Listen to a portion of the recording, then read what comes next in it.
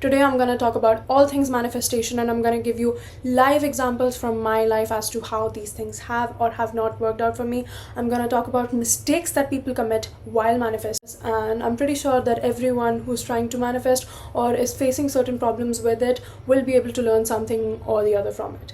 So hi, welcome back to my channel. It's me Anu again. Hope you're doing well. If you're new here, please make sure to subscribe because I am consistently posting for the first time on YouTube, and I will very much like your presence here. And if you're old, you're the OG, so no need to unsubscribe. Okay, so for a little background, I am 19. Yeah, but I have been manifesting since I was 10. When the term manifestation first started getting popular, and there was this book, The Secret, which got really viral, and I read it when I was 10, and although I'm pretty sure I have no idea what I understood at that very time, but I definitely have been manifesting from that point onwards. I think it was just that will inside of me, that undying will that, oh, I'm gonna do it, and I did it, and I have been doing it for quite some while. And in this video I'm going to talk about most of the mistakes to avoid, which will help you be consistent with your manifestations in case manifesting is not working out for you. So these might be some of the problems that could be stopping you from getting those manifestations. I'm not going to go very deep into the whole manifesting process. I'm pretty sure by this point everyone's acquainted to it. I'm just going to talk about the mistakes that people commit. Now these are going to be very basic, but again, if you work on these, I'm pretty sure that will definitely help you quicken your results. So the first and the most important mistake is not being specific enough, and this is something that I honestly did till the last year, and that is the reason why I am in the position I am today. So I'm going to explain this with an example so that you can understand why exactly is it important to be very descriptive in your understanding of it. Now I'm pretty sure I don't have a picture of the vision board from last year, but basically I'll give you a short story. So last year I was in grade 12th. I was giving my board exams. I had the subject combination of PCM, so physics, chemistry and mathematics, and currently I'm pursuing a degree of arts in psychology, literature and journalism. And this whole entire shift, everything was so last minute. The entire process of me shifting from my hometown to here, the process, the admission and everything was so last minute, but it just fit so perfectly. And later on when I realized and I look back to my vision board now, it definitely made sense why everything happened the way it did. So basically I was when I was last year making my vision board, I always liked psychology and I wanted to pursue it as a subject, and I didn't have the option to do that in 11th and 12th grade. So I was like, I'll just continue with whatever's going right now, and after 12th I'll definitely go for psychology. The one thing I didn't understand was why could I not get psychology honors as it is, and I had to get this combination of subjects. And now when I look at my vision board last year had a lot of pictures of psychology, like being a psychology major. It had nothing to do with mathematics or science whatsoever. It had a lot of pictures of me reading classics, like the classic books, right? And it had a lot of just like pursuing literature, not as a full-on subject, but definitely being someone who's a very literature enthusiast, right?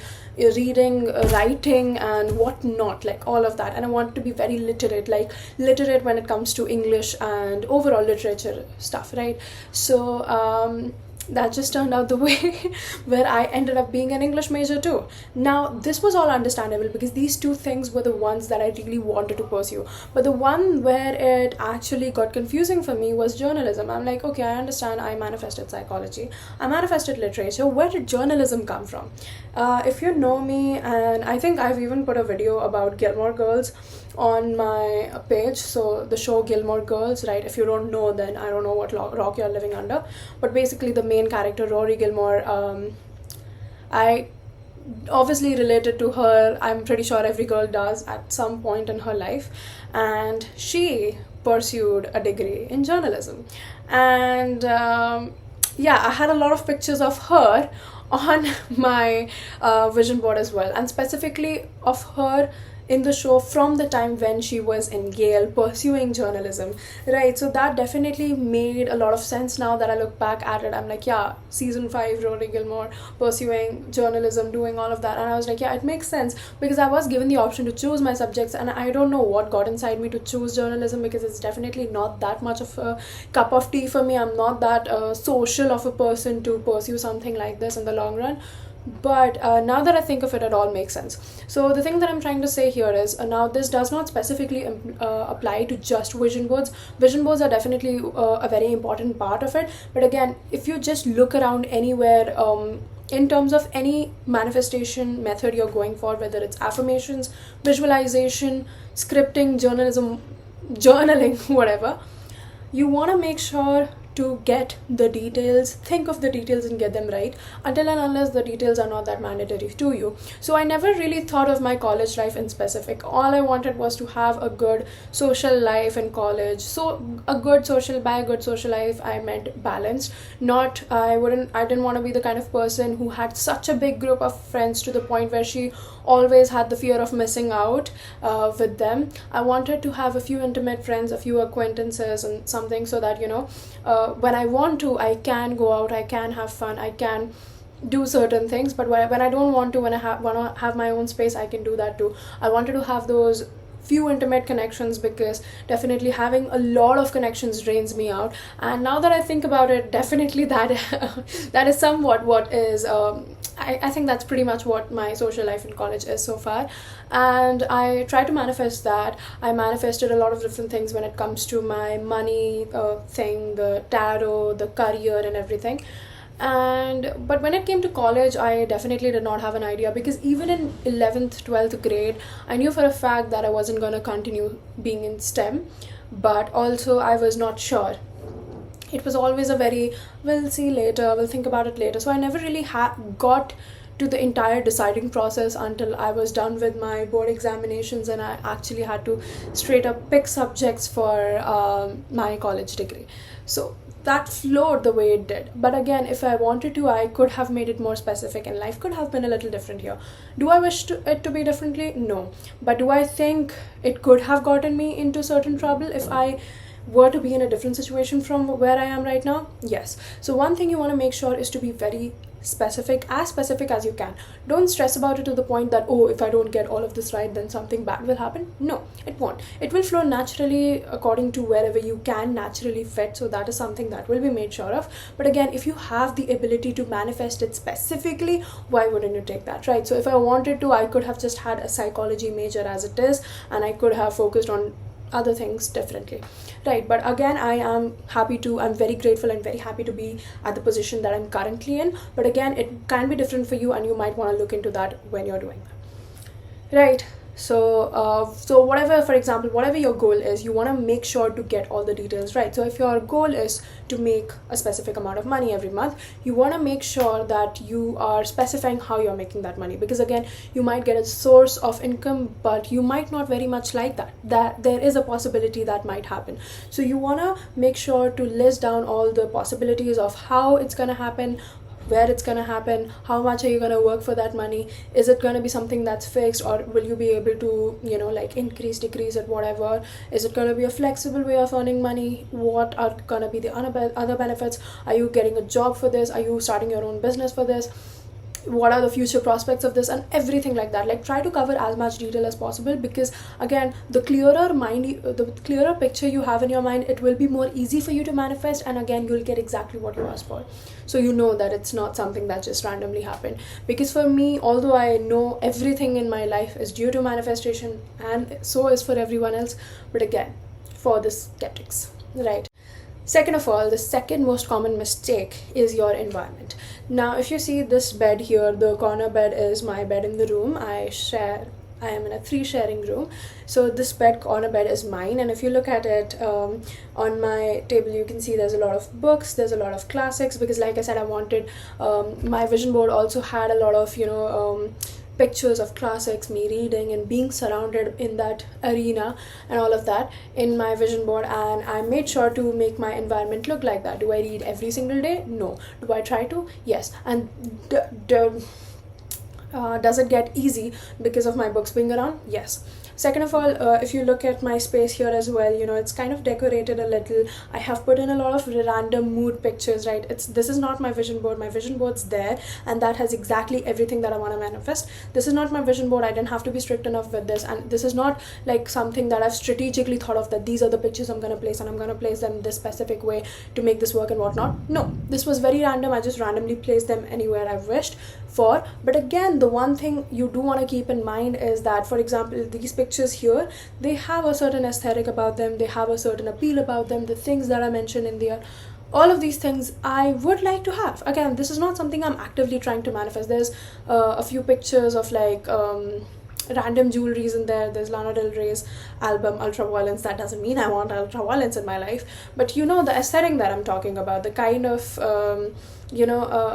aura that I'm talking about is there, right? So we have a lot of different things. We have the Vogue magazine, we have random Chanel jewelry and all of that. We have a supermodel here, we have we have a Chanel bag here, we have a lot of different pictures. Now, am I actively trying to manifest these things? No.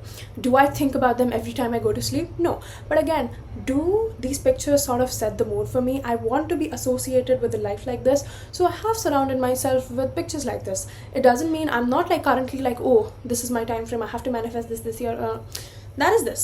That's your vision board. Your mood board can be different. Now, these don't have to be pictures that you paste on your wall.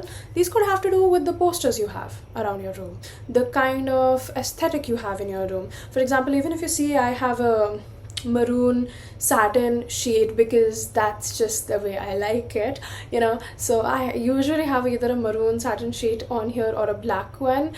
I just bought these new when I shifted here, after I shifted here. So again, you can see the entire idea building up, so even when my friends or acquaintances, whenever they see these things, like I have been told a lot of times that, oh, whenever we see leopard print, we think of you. Whenever we see chunky gold jewelry, we think of you. Currently my outfit is different. You don't have to confide fully into that image. You can break character, but again, there needs to be certain things that are associated with you, specifically the things that you want to embody, right? These don't have to be specific as such, but again, you get what I'm trying to say here, right? So again, what I see is, if your background, for example, if you're the kind of person who's a very type A person, very clean, very neat, very this, that, but your vision here, your mood board here, the pictures or the posters you have in your room, or the kind of things that you have in your room, showcase a person who's very different, who's very type B, who's very like messed up, Keisha, party girl and all of that 2010s party aesthetic, but you're a very clean girl, and you have all these surroundings around you, then you won't even realize, but at one point your personality will start morphing into that. You want to make sure that the things that you keep around yourself, specifically the things that are going to be in your direct view every day, because this does not mean that you don't have to have other things, right? You most definitely can, you most definitely should. To define is to limit, right? But again, to keep them in your visible view all the time is definitely gonna have its own impact. So like you see, these clothes that I've hung here are also very specific. A lot of whites. I have 2 white shirts, I have a black blazer, and I have this one leopard print dress because it just adds that little that I like. A lot of chunky belts and a lot of like random things, but again, kind of specific, kind of random, not that strategic, but again, not that random either. So you see that sense of balance here, you see that sense of the vision that we're trying to get, right? So what I see is, second of all, being surrounded by things that sort of motivate you to push out to your future self definitely helps. The thing that you want to keep make sure over here is that, first of all, you have a clear idea of who that future self is, right? About your goals, your manifestations, that will definitely change the kind of person you are too, right? And once you have an idea of who that person is, you can surround yourself by things that would associate with that, so that there's that gap between your current self and your future self can sort of be covered in that, right? So that is another example, and again, this has definitely helped me manifest in my present life as well, right? So what I see is that it definitely has helped me like achieve a lot of goals in the right ways possible. So again, like for example, when I started earning first, and I had this on my vision board as well, that I want to start earning in 2024, and I did, and it just randomly happened for me, but I was prepared. So the third most important thing is, you should know how it feels to achieve what you are about to achieve. Because for a lot of people, you know, they ask but they never believe it, right? They're like, oh, I want to get $1 million. Just think of what will happen if you randomly get $1 million in your account. Will you freak out? Will you think of, oh my god, what am I gonna... If that's your reaction, guess what? Even if by chance something happens, this amount just randomly drops into your account, something will happen and it will be deducted. Now, my example was wrong for this, most probably. We can use a different example. So for example, if you want a specific job post, right, and it's just very much out of your reach, like practically you think that it's very impossible that something like this might happen to you, but randomly you're trying to manifest it, right? And one day you get a call from that company where you didn't even apply. You randomly get a call that, oh, we heard this, would you like to come in for an interview or something? And you just crazy and you're like, you don't know how to handle that. Guess what? You will go to the interview, you will most probably fumble, and then you were like, I thought I was gonna manifest that because I had been trying to manifest that for so long, but it didn't happen. What is going on?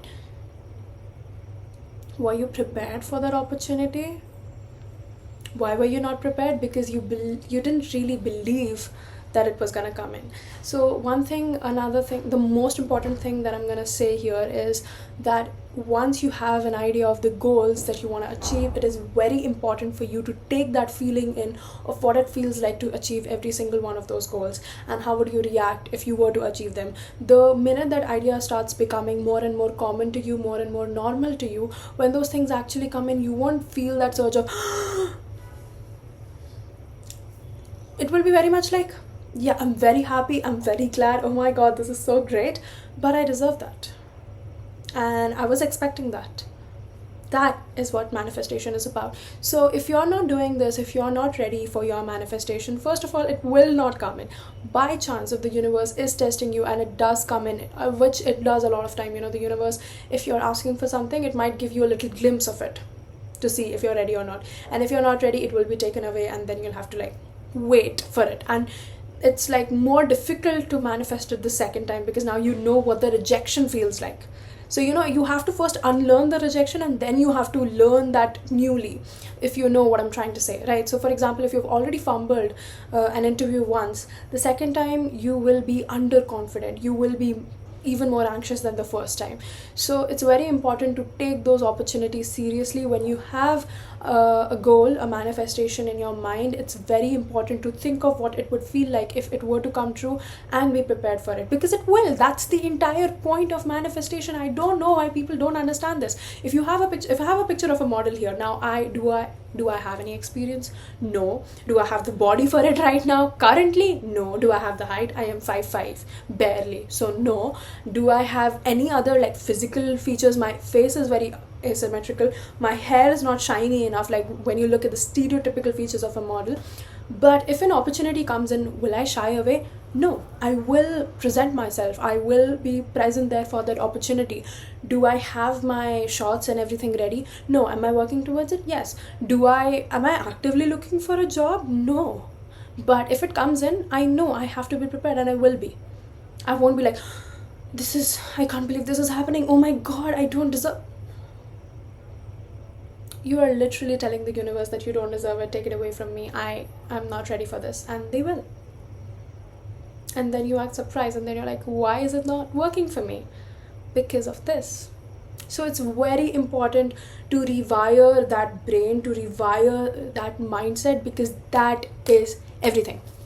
But yeah, this was to keep it very short and sweet. I just wanted to mention the 3 main important mistakes that people make while manifesting. Please let me know in the comments if you think that this video gave you any sort of insight, or like that flash bulb went off in your head. Do let me know. I will be making more videos like this. Stay tuned and subscribe to the channel. Until I see you next time, bye bye. Take care.